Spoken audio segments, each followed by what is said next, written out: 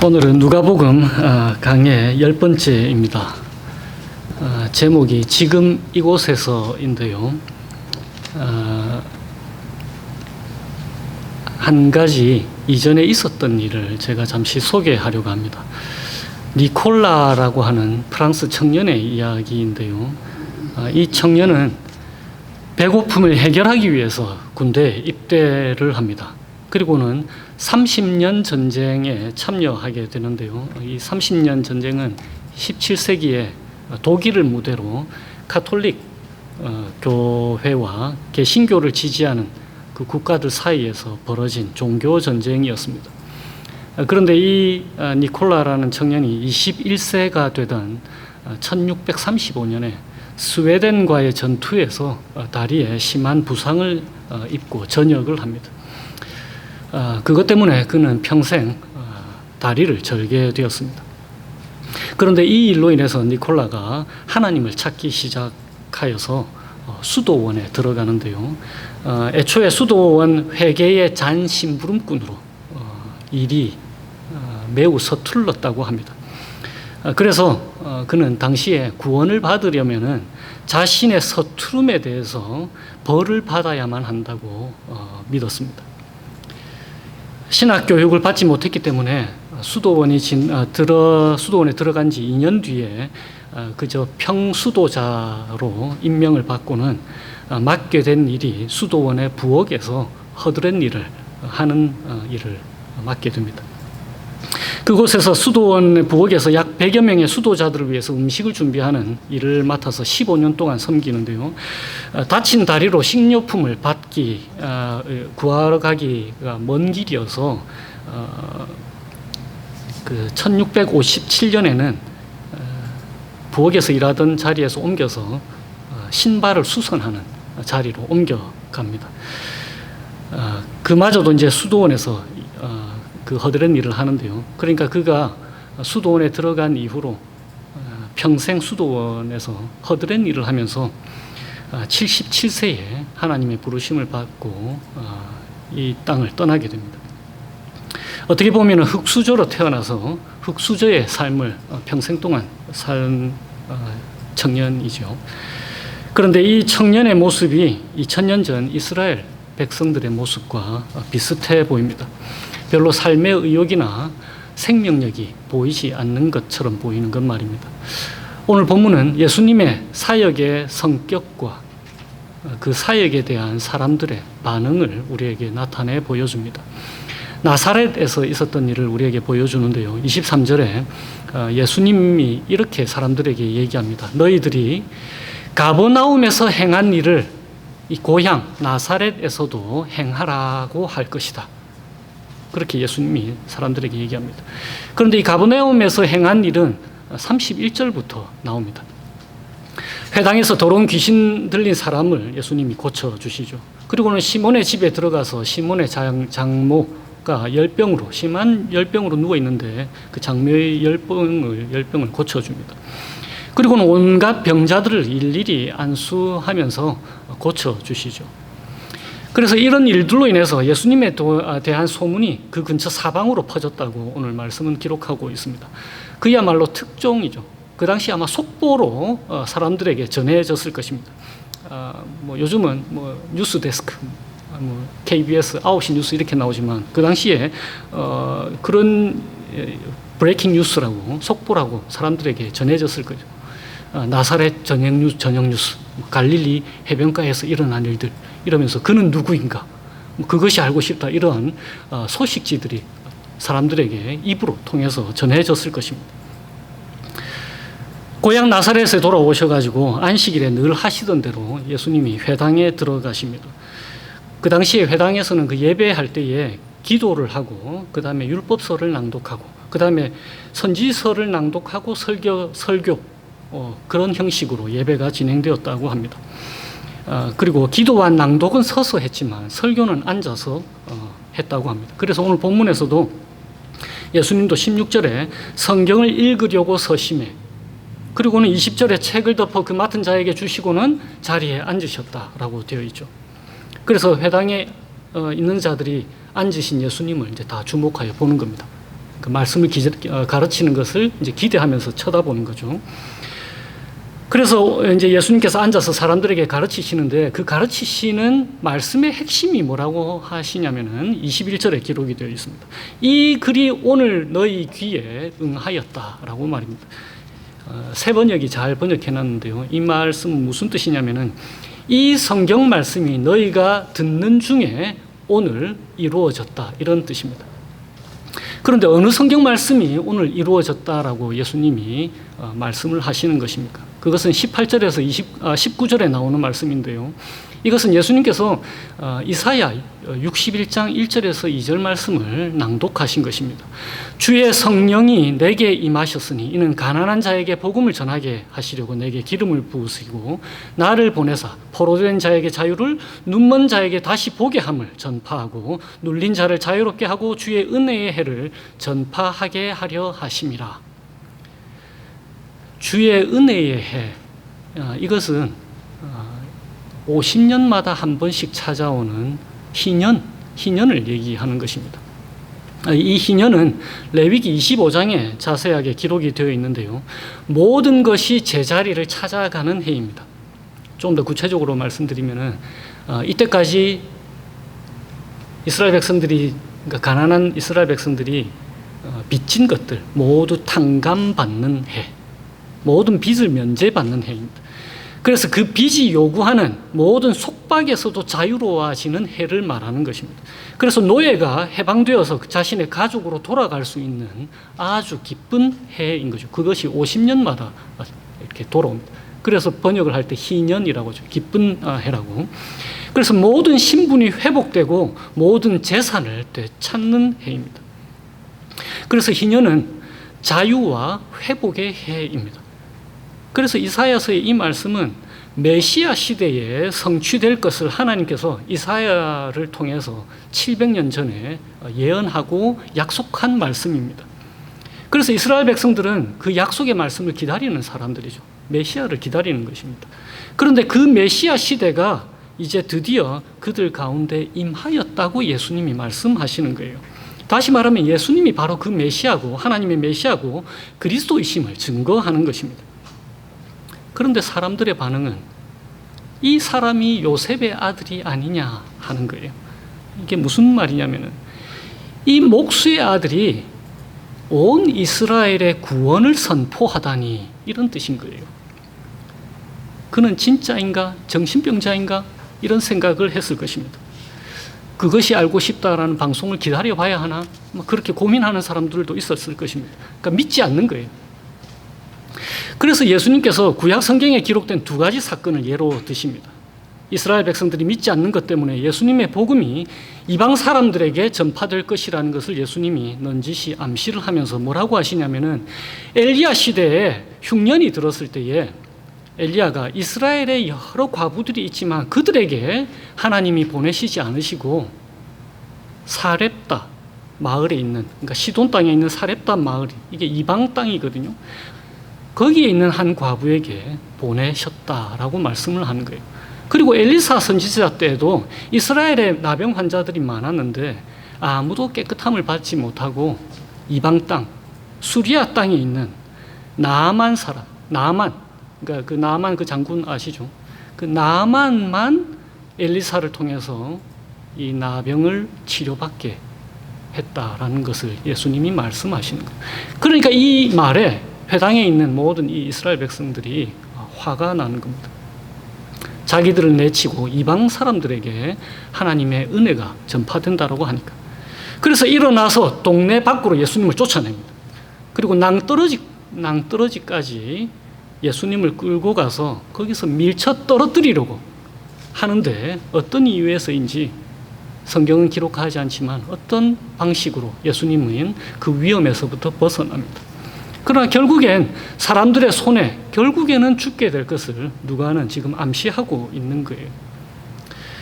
이사야가 오래전에 예언한 이 메시아 시대의 도래, 주의 은혜의 해가 오늘 이루어졌다라고 예수님이 메시아 시대를 선포하신, 그러나 사람들은 믿지 않습니다. 오히려 적대감을 보이죠. 네가 뭔데? 라고 하면서 적대감을 보입니다. 그리고는 예수님께 그걸 보여보라고 얘기하죠. 가버나움에서 행한 일, 병자들 고치고 귀신 쫓아내고 한 것들, 그거 여기서도 보여봐라. 그러면 믿어보겠다라고 하는 겁니다. 그런데 더 중요한 문제는 주의 은혜의 해가 선포하는 그 진정한 자유와 회복을 이스라엘 백성들은 그들 힘으로는 해낼 방법이 없는 사람들이라는 것입니다. 누군가가 그들을 위해서 이루어줘야만 하는데 사람들은 그것을 믿지 않는 거죠. 세상과 사람들은 그것을 소원하기는 하지만 이루기를 실패한 것입니다. 오직 하나님만이 하실 수 있는데 사람들은 예수님을 통한 그 은혜를 거부하려고 하는 것입니다. 예수님 말고 다른 누군가를 통해서 해보기를 원하는 것입니다. 고향 사람들이라서 그들의 방식대로 하시지 않으시는 그 하나님을 거부하는 거예요. 예수님을 가까이서 본 그 고향 사람들이 말입니다. 나사렛의 당시 그 인구가 1600명에서 2000명 정도로 알려져 있습니다. 지금 같으면 고등학교 하나 크기잖아요. 그러니까 사람들이 예수님을 익히 알고 있었을 것입니다. 그런데 예수님의 참모습은 알지 못하는 거죠. 예수님이 메시아이시고 가난한 자, 포로된 자, 눈먼 자, 억눌린 자, 이런 사람들을 자유와 해방시켜 주실 그분이라고 생각하지 않는 것입니다. 그런데 혹시 오늘을 살아가는 우리 또한 예수님으로부터 큰 것을 기대하지 않는 것은 아닌지 모르겠습니다. 우리가 기도의 자리로 자주 나아가지 않는 이유가 혹시 하나님으로부터 우리가 뭔가를 기대하지 않기 때문이 아닌가요? 아니면 우리 힘으로 해낼 수 있는 거라서 예수님이 필요 없다고 생각하고 있지는 않습니까? 아니면 우리 예수님께서 평화로운 하늘나라에서 그저 우리가 처해 있는 공경과 슬픔을 팔짱 끼고 멀리서 구경하고 계신다고 생각하시지는 않습니까? 우리가 당하는 육신의 고통들, 그리고 정신적인 고통, 경제적인 고통, 그리고 깨어진 인간관계의 고통들, 우리의 삶의 모든 영역들이 망가져 있습니다. 어느 한 부분 사실 우리는 온전한 게 없어요. 우리 힘으로 또 해낼 수 있는 것도 사실 없습니다.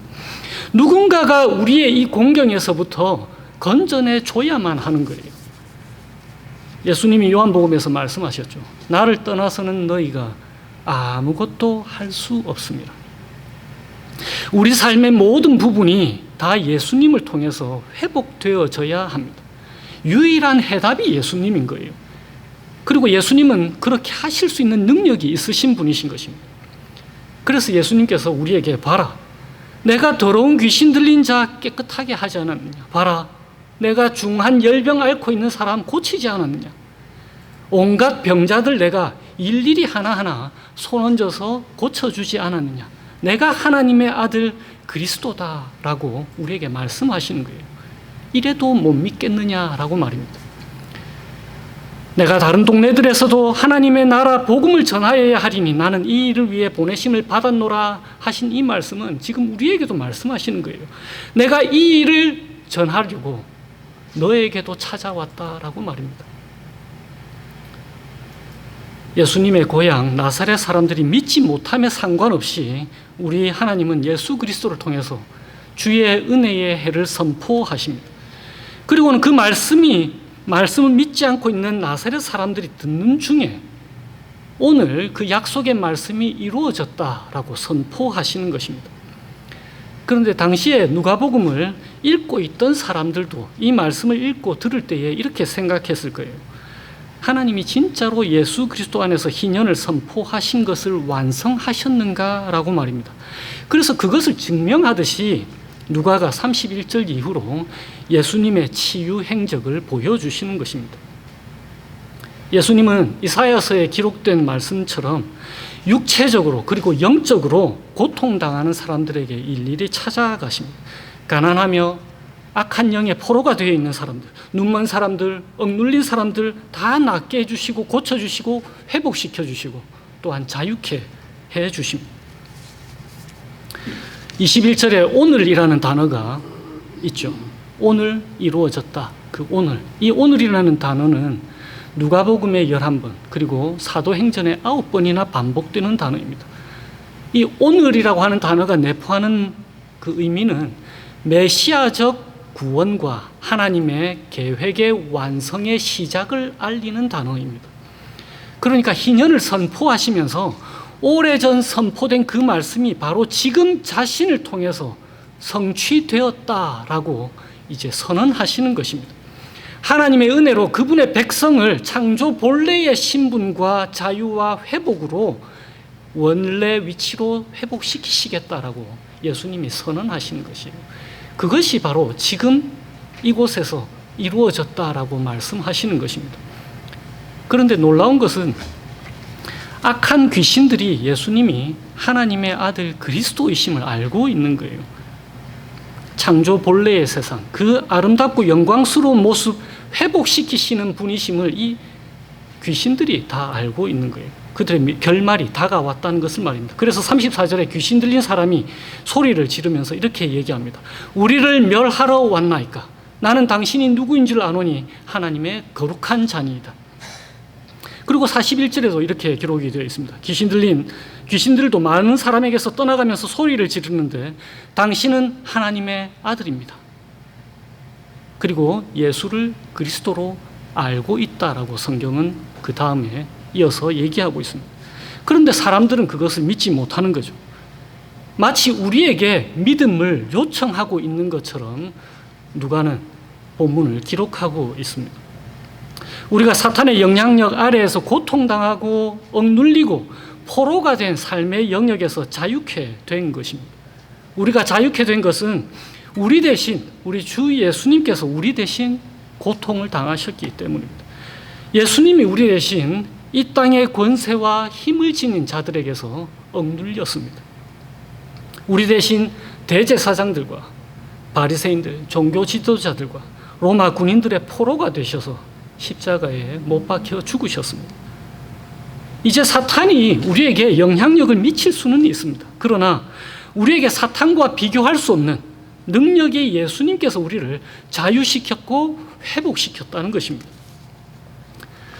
이 자유는 우리가 자주 강조해 왔었습니다. 언뜻 보면은 율법주의가 어려워 보입니다. 율법을 지키는 것 말입니다. 그런데 사실은 그리스도 안에서 자유를 얻는 것이 더 어려운 일입니다. 자유는 무언가로부터 자유이기도 하지만 누구를 사랑하고 섬기는 자유이다라고 제가 강조를 했잖아요. 필립 얀시가 놀라운 하나님의 은혜라는 책에서 이렇게 얘기합니다. 살인하지 않는 것은 비교적 쉽지만, 지금 율법주의와 은혜를 지금 비교를 합니다. 자유와 은혜를. 율법주의, 살인하지 않는 것은 비교적 쉽지만 사랑에 손을 내밀기는 어렵다. 이웃집 침대를 범하지 않는 것은 쉽지만 생생한 부부관계를 유지하기는 어렵다. 세금 납부는 쉽지만 가난한 이들을 섬기기는 어렵다. 율법주의보다 하나님이 우리에게 주신 그 자유, 그 회복은 더 어려운 거예요. 그 복음이 우리에게 선포되었다라는 것입니다. 예수 안에서 모든 것이 회복된다는 소식, 우리가 참다운 인간으로 회복되어서 하나님과 함께 영원토록 지금부터 살아간다는 것, 그것이 정말로 속보이며 특종입니다. 지금 이곳에서 우리 삶의 모든 부분을 회복시키기를 우리 하나님 아버지께서 원하시는 거예요. 완전한 회복과 구원은 물론 마지막 날에 완성될 것입니다. 그러나 바로 지금 이곳에서 우리 삶의 모든 부분을 하나님께서 친히 회복시키시겠다고 약속하신 것입니다.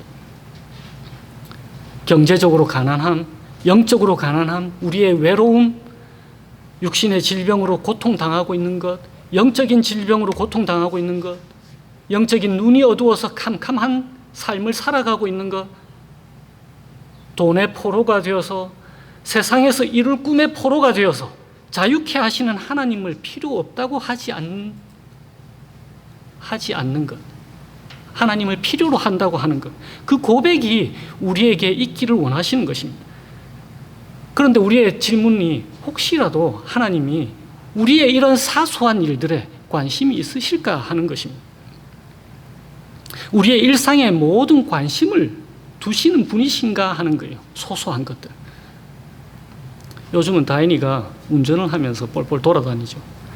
그러면 우리 모든 관심이 사실 다인이에게 있습니다. 어디에 있는지, 요즘은 주로 뭐 자정 넘어서 오는 게 다반사예요. 그러면 잘 오고 있는지 이런 걸 봅니다. 이제 성인이 되었다고 신용카드도 생겼단 말이에요. 그러면 신용카드 비용을 잘 감당하고 있는지 은행 잔고 다인이가 자주 신경을 써요. 걱정하고 있는 거. 그런데 사실 걱정할 필요가 없잖아요. 우리가 더 신경을 쓰니까. 그런 거예요. 아버지 되시는 주님께서 자녀들인 우리에게 관심과 사랑, 모든 소소한 것에 우리 하나님께서 관심이 있으시다니까요. 앞에서 소개한 그 니콜라 청년, 흙수저 중에 흙수저, 수도원에서 평생 허드렛 일을 하던 그 형제는 로렌스 형제로 불리고 있습니다. 그의 일생을 소개한 책 하나님의 임재 연습에서 로렌스 형제는 이렇게 말합니다. 기도하는 시간이 부엌에서 일하는 시간과 달라야 한다고 생각하는 것은 커다란 착각입니다. 기도할 때 하나님께 매달리는 것 못지않게 부엌에서 일할 때도 철저히 하나님께 매달려야 합니다. 우리의 소소한 일상에 관심이 있으신 우리 하나님께서 우리의 소소한 일상에서 우리와 함께 하기를 원하시는 거예요. 사탄의 권세에 억눌리고 포로되고 빼앗기고 병든 삶, 그런 삶 대신에 하나님의 은혜로 충만한 삶을 살아가기를 원하시는 게 바로 우리 하나님 아버지이십니다. 우리의 일상에서, 바로 지금 이곳에서 말입니다. 그렇지 않다면 우리 주님이 인간의 몸을 입고 이 땅에 오실 이유가 없는 거예요. 우리가 바로 그분의 일인 것입니다. 또한 우리 개인뿐만 아니라 공동체적으로도 우리 교회가 이제 어떠한 방향으로 나아가야 되는지, 재정을 어디에 사용해야 하는지, 우리 모든 삶의 영역에서 우리 하나님 아버지께서 우리에게 외치시는 거예요. 이 성경 말씀이 너희가 듣는 중에 오늘 이루어졌다라고 말입니다. 내가 너의 삶의 모든 부분을 그렇게 회복시키겠다. 나와 함께 하자라고 말입니다. 이 복된 소식을 기억하시면서 한 주를 우리 주님과 친밀하게 동행하시고 날마다 일상의 소소한 부분에서조차도 하나님을 인정하면서 살아가게 되시기를 주님의 이름으로 축원드립니다. 기도하시겠습니다.